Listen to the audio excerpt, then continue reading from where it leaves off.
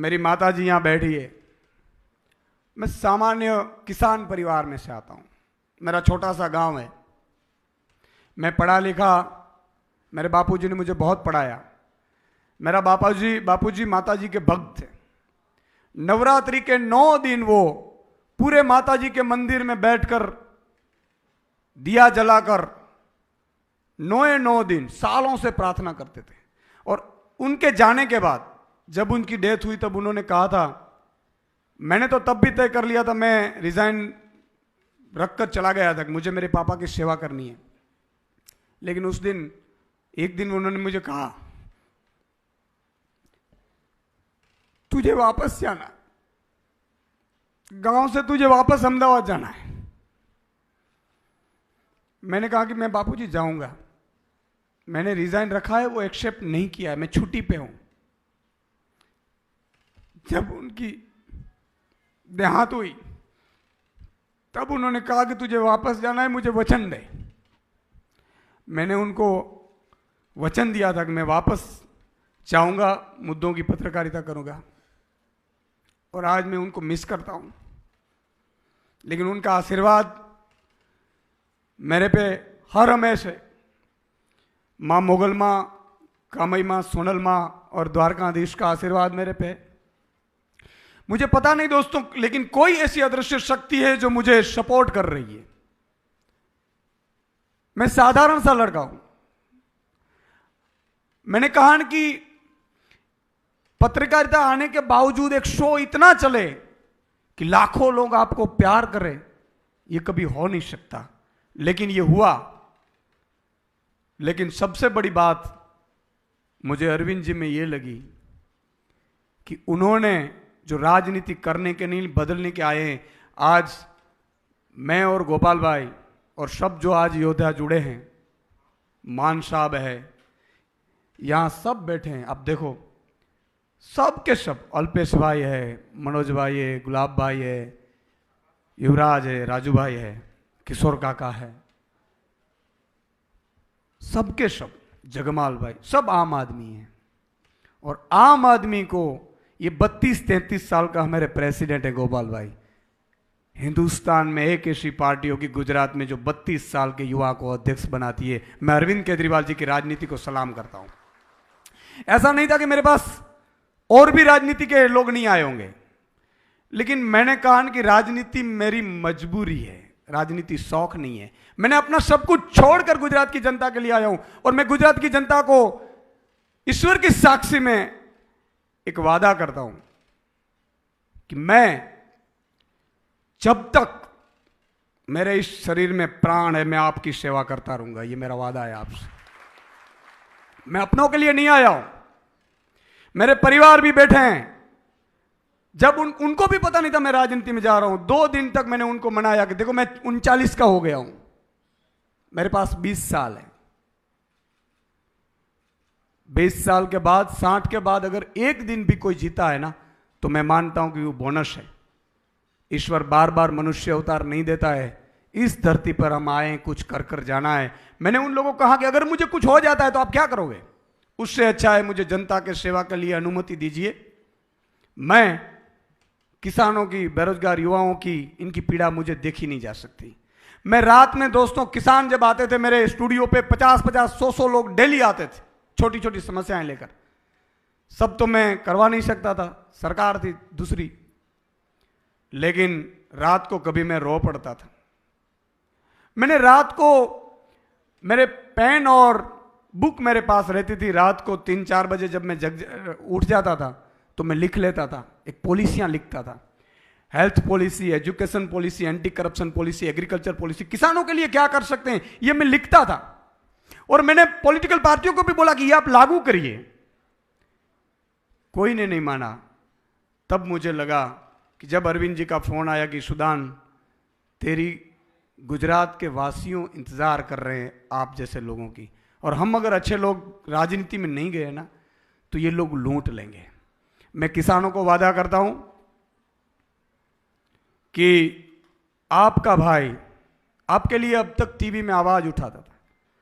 अगर ईश्वर ने कहा, ईश्वर ने चाहा, माताजी ने चाहा, और एक किसान पूरे गुजरात के एक हो गए और आपने वोटिंग की। व्यापारियों, आपको भी मैं कहता हूं, आपने व्यापारी बनकर वोटिंग की। बेरोजगार युवाओं, अगर बेरोजगार युवा बनकर वोटिंग की। महिलाएं, माता बहन, बेटियां, अगर माता बहन बेटियां बनकर दोनों पक्ष को भूलकर आम आदमी के लिए वोटिंग की, मैं आपको आश्वासन देता हूं कि 75 साल में अगर गुजरात में कुछ नहीं हुआ है, अगर ये 5 साल में अरविंद जी की अगुवाई में जो कर ना दिखाऊं तो मैं राजनीति छोड़ दूंगा। आपको मैं ये गारंटी देता हूं। मेरे लिए कभी कुछ अब मेरे लिए नहीं रहा है, ईश्वर ने सब कुछ दे दिया है। मैं राजनीति में आया, जिस तरह से मेरे पे हमले हुए, आरोप पे लगे, मेरा फैमिली भी एक टाइम पे डर गया था कि क्या यार कीचड़ में पड़ गए। मैंने कहा कि ये तो होगा, ये तो होगा। अगर भगत सिंह, राजगुरु, सुखदेव ये बोलते कि नहीं नहीं ये तो चलेगा, तो आज देश के लिए जो आग लगनी चाहिए वो आग नहीं लगी हुई। महात्मा गांधी अगर सोचते कि मैं तो साउथ अफ्रीका में अच्छा खासा कमा रहा हूं, मुझे इंडिया जाकर क्या करना है, सब गुलाम है, सालों से चलता आ रहा है, तो शायद देश आजाद तो होता लेकिन लेट होता। सरदार वल्लभ भाई पटेल अगर ये सोचते कि मुझे क्या है, तो मैं मानता हूं कि देश जिस दिन आजाद होना चाहिए था तब नहीं होता। इसलिए मैं सबका आभारी हूं, जिसने वोटिंग की उसका भी आभारी हूं। लेकिन मेरी एक प्रार्थना है, मुख्यमंत्री मैं नहीं, अगर आम आदमी की सरकार बनती है तो 6.5 करोड़ जनता मुख्यमंत्री की शपथ लेगी, ये गारंटी लेते हैं। और अरविंद जी एक ऐसे नेता है हिंदुस्तान में, काम की राजनीति से वोट मांगते हैं। भ्रमित मत होना। अरविंद जी को गालियां देते हैं, मुझे गालियां देते हैं, गोपाल भाई को देते हैं लोग, पॉलिटिकल पार्टी वाले, उससे कोई फर्क नहीं पड़ रहा है। लेकिन मैं आम जनता को एक हाथ जोड़कर विनती करता हूं, किसानों को हाथ जोड़कर विनती करता हूं, आपको बिजली नहीं मिल रही है, पानी नहीं मिल रहे हैं, दाम नहीं मिल रहे हैं, एक बार मौका दीजिएगा। अगली दिवाली अगर आपको दाम नहीं मिले ना, तो लात मारकर आम आदमी पार्टी को निकाल देना, ये मेरा वादा है आपके पास। व्यापारियों को जिस तरह से डराया जाता है, परेशान किया जाता है, छोटे उद्योगों को, मुझे पता है जीपीसीबी से नोटिस जाए, फिर पॉलिटिकल पार्टी वाले बोलते हैं नोटिस आया है, सेटिंग कर दूं क्या। मैं उद्योगपतियों को, छोटे उद्योगपतियों को गारंटी देता हूं, आपने अगर गलत नहीं किया ना, तो किसी की ताकत नहीं आपको नोटिस भेज सके, ये जिम्मेदारी हमारी रहेगी साहब। देखो व्यवस्था कैसी होनी चाहिए। आज अमेरिका, जापान, ये देश आगे क्यों है? हम 75 साल से हम ये भुगत रहे हैं, गरीब है, 80 करोड़ जनता गरीब है देश की। क्यों दोस्तों? इसलिए है कि अगर मैं पॉलिटिकल सत्ताधीश पार्टी में हूं, उसको सपोर्ट करता हूं, तो चाहे मैं जितना भी चाहे गलत काम कर लूं, करप्शन कर लूं, मुझे कोई ईडी इनकम टैक्स नहीं आता है। अगर मैं विपक्ष में हूं, कुछ भी ना करूं, तो भी ईडी इनकम टैक्स उठाकर ले जाते हैं। सिस्टम में ऐसी नहीं होनी चाहिए। अरविंद जी और हम वादा करते हैं आपको, गुजरात की जनता को, कि अगर आप सच्चे होंगे तो आप हमारे खिलाफ भी होंगे ना, तो भी कोई ऑफिसर औकात नहीं है आपको डराने के लिए आपके घर पे आए, दुकान पे आए। और आप अगर गलत होंगे तो मेरा भाई भी होगा ना, या आम आदमी पार्टी का कोई मंत्री भी होगा ना, वो भी जेल में होगा। ऐसी कानून व्यवस्था लाएंगे। लेकिन एक बार भ्रमित होने से पहले एक बार ये सोच लीजिएगा, दूसरी पार्टियां ने क्या किया है आपने देख लिया है। आज मैं आह्वान करता हूं पूरे गुजरात को, भाजपा के पन्ने प्रमुख को आह्वान करता हूं, कांग्रेस के कार्यकर्ताओं का आह्वान करता हूं कि एक बार हिंदुस्तान में गुजरात से बहुत बड़ा बदलाव होने जा रहा है। आप इसका सहभागी बनिए। अभी देखो मोरबी में जो दुर्घटनाएं हुई, मैं ये मान रहा हूं कि दुर्घटना हुई, उसके बाद कार्यवाही क्या हुई। सूरत में तक्षशिला कांड हुआ, 22 बच्चे जिंदा जल गए, कार्यवाही क्या हुई। मैं ये मान रहा हूं कि अगर भाजपा को वोट देंगे तो आप मानकर चलना कि आप भी उस पाप के भागीदार है जो इन्होंने कांड किए हैं।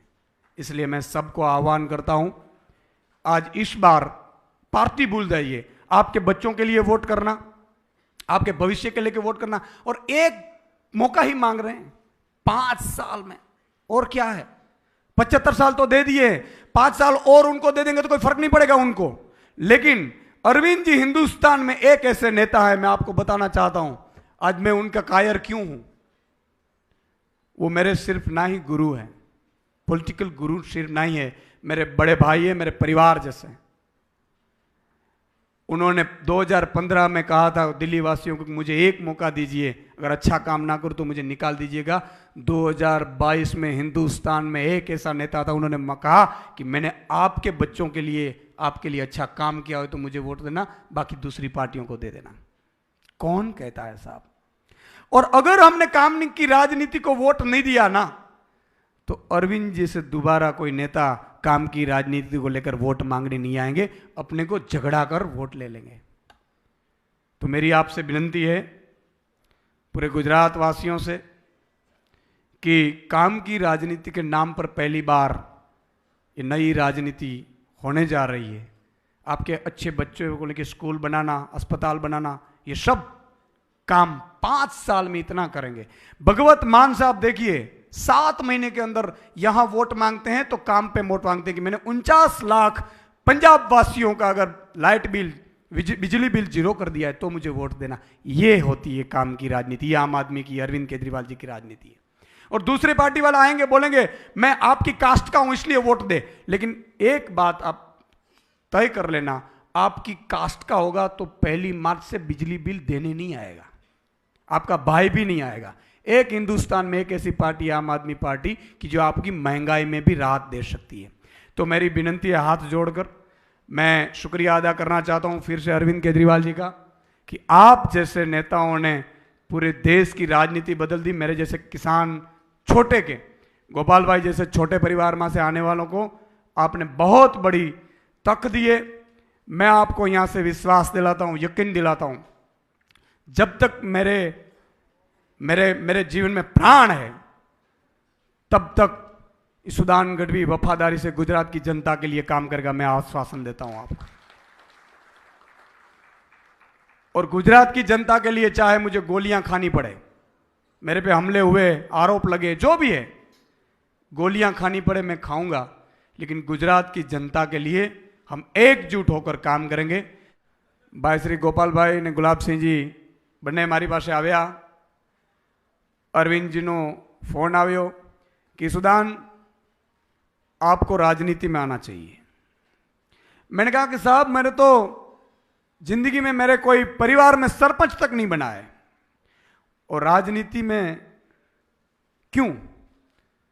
तब अरविंद जी ने कहा कि देखो, अगर आप शो चलाते हो, आप आवाज तो उठाओगे, लेकिन ये निर्भर सिस्टम आपको वो काम करके नहीं देगी जो करना चाहते हैं, इसलिए सिस्टम में जाना पड़ेगा।